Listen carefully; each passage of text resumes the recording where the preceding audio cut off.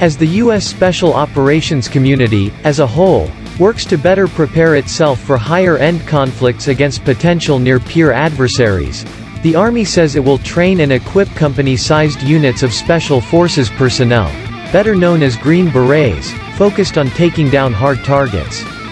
This plan notably comes months after the Pentagon included a request for funds in its most recent budget request to build the secretive Joint Special Operations Command, a specialized training facility where its operators could practice attacking complex, hardened facility targets. The Army's 1st Special Forces Command, Airborne, or 1st SFC-A, which is part of Army Special Operations Command, announced its intention to create these hard target defeat companies, using existing Special Forces companies, in an unclassified white paper titled A Vision for 2021 and Beyond, which it released earlier this year. 1st SFC-A was established in 2014 to oversee all of the Army's Special Forces groups and various psychological operations and other supporting units. 1st SFC-A develops and provides hard target defeat companies that are uniquely organized to counter near-peer adversary campaigns, the white paper explains. They operate with regional partners to defeat hard targets in sensitive and constricted environments. According to journalist and author Wesley Morgan, these hard target defeat (HTD) sets to supplant existing Army Special Forces units organized as Standing Crisis Response Forces, CRF. Also known as a Commanders in Extremis Force, CIF. These Green Beret elements were designed to provide options to rescue people under threat, to recover sensitive materials such as weapons of mass destruction components, to provide humanitarian relief, or to address other short-notice requirements, according to an Army Special Operations Command white paper from 2017. In February, then Secretary of Defense Mark Esper had raised the possibility of disestablishing various crisis response units, which he said were underutilized and a drain on important resources, in a hearing before the House Armed Services Committee. SOFREP then reported in March that there was a plan in the works to shut down the CRFs, but that the Army Special Forces community would still retain some type of similar capability. This now appears to be the planned HTD companies. The exact expected mission set of these refocused Special Forces units is not entirely clear. The 1st SFC-A white paper does not provide a basic definition of what hard target means in the context of these companies or a list of basic examples of what might be included in this target set. I'm told it's still being decided what these will look like and may vary based on what a hard target is in EUCOM, the U.S. European Command versus PACOM, the U.S. Indo-Pacific Command, etc. But will still be direct action companies, Morgan wrote on Twitter on Deck. 1. 1st SFC-A's white paper does include a fictional vignette that offers one example of how an HTD company might contribute to future higher-end operations. Set in the fictional West African country of Naruvu, the scenario begins with civil affairs soldiers noticing a Chinese infrastructure project while on their way to meet with a local official. This, in turn, triggers further efforts to ascertain the true nature of Chinese interests in a deep water port in the country. Army Special Operations Forces are then tapped to support an inter-agency effort to convince the Nehruvian government to block the Chinese plans. Though this story is entirely made up, it reflects very real concerns that the U.S. government and others have about the potential dual-purpose nature of the Chinese government and commercial investment, especially when it comes to infrastructure development, in countries around the world. The HTD's activities in this fictional scenario fall under the general definition of special reconnaissance, a Special Operations Forces mission set generally defined as operations to covertly gather intelligence in denied or otherwise sensitive areas.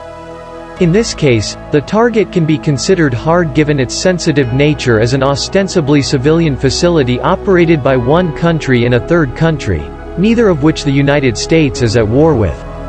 Hard targets could also certainly include hardened targets, such as critical command and control nodes, facilities housing weapons of mass destruction, WMD, and other high-value sites that may well be housed inside well-protected bunker complexes, primarily below ground.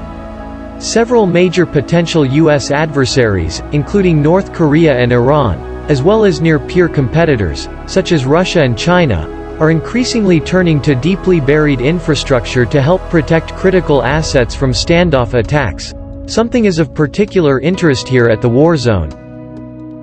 This reality, as well as the potential use of special operations forces on the ground to infiltrate these kinds of sites during a future conflict, was underscored in U.S. Special Operations Command's SOCOM portion of the Pentagon's 2021 fiscal year budget request covering military construction. SOCOM is seeking around $14.4 million to build a dedicated hardened training target structure for use by the Secretive Joint Special Operations Command, JSOC. You can read more about this proposed project and its implications in this past war zone story. It's also worth remembering that, in 2016, U.S. Special Operations Command, SOCOM, notably became the primary entity within the U.S. military for counter-WMD activities, subsequently establishing the Counter Weapons of Mass Destruction Fusion Center, CWMDFC, which the war zone was first to report on. Before this, U.S. Strategic Command, STRATCOM, had been responsible for the CWMD mission. With all this in mind, in an actual higher-end conflict, Green Beret HTD companies could definitely be tasked to infiltrate hard sites of various kinds to gather important information, as in the Nehruvian vignette. They could also conduct direct action raids to disrupt or destroy key capabilities in support of broader operations. In today's age of increasingly computerized and networked warfare, direct action could involve kinetic actions, such as physically blowing up a target, or non-kinetic activities, such as inserting malicious code into an enemy's computer network. It's also important to note that hard targets may also be mobile, such as vehicle convoys, or even trains, carrying key individuals, or high-value weapons, such as road mobile ballistic missiles transporter erector launchers. Green Berets tasked with these kinds of missions would definitely benefit from more regular training in the tactics, techniques, and procedures necessary to carry them out. In addition, given the expanding anti-access and area denial capabilities that more capable potential adversaries, such as Russia or China, have at their disposal, it would be important for the Army Special Forces elements to coordinate with units, including special operations units from other branches, to be best postured to actually make it to the target area successfully in the first place. These kinds of missions would fit well with more general distributed warfare concepts the U.S. military, as a whole, is exploring now that are geared toward keeping an opponent unbalanced and unable to effectively respond to a diverse array of threats across a large area. As the Nehruvian scenario outlines, these kinds of special operations missions could also be employed, especially together with allies and partners, outside of traditional conflicts to support specific geopolitical objectives.